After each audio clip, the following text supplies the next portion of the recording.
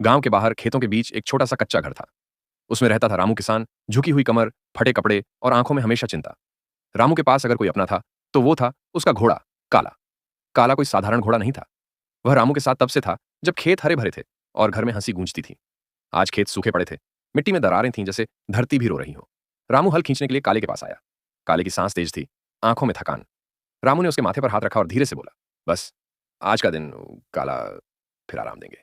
काला कुछ नहीं बोला, बस गर्दन हिला दी, जैसे कह रहा हो, जब तक तू है मैं हूं।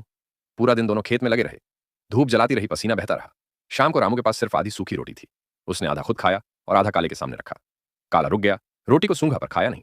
रामू समझ गया, कभी कभी जानवर इंसान से ज्यादा इंसान होते हैं। अगले दिन साहूकार आया और बोला, या तो पैसा दो या खेत छोड़ दो। उसकी नजर काले पर पड़ी। घोड़ा बेच दो, दाम मिलेगा।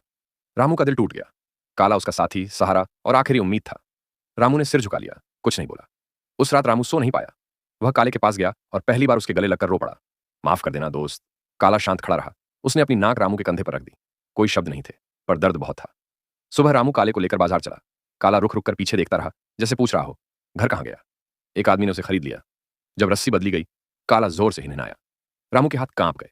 उसने पलटकर आखिरी बार काले का माथा चूमा और बोला, तूने मुझे कभी अकेला नहीं छोड़ा, आज मैं तुझे छोड़ रहा हूं। रामू घर लौटा तो आंगन सूना था, खूंटा खाली। वह वहीं बैठ गया, हाथ में पुरानी रस्सी। कुछ हफ्तों बाद बारिश हुई और खेतों में हरियाली लौट आई। रामू ने मिट्टी को छूकर आसमान की ओर देखा और धीरे से बोला, जहां भी हो काला, तेरी मेहनत इस मिट्टी में जिंदा है। हवा चली और ऐसा लगा जैसे दूर कहीं एक घोड़ा हिनहिना रहा हो।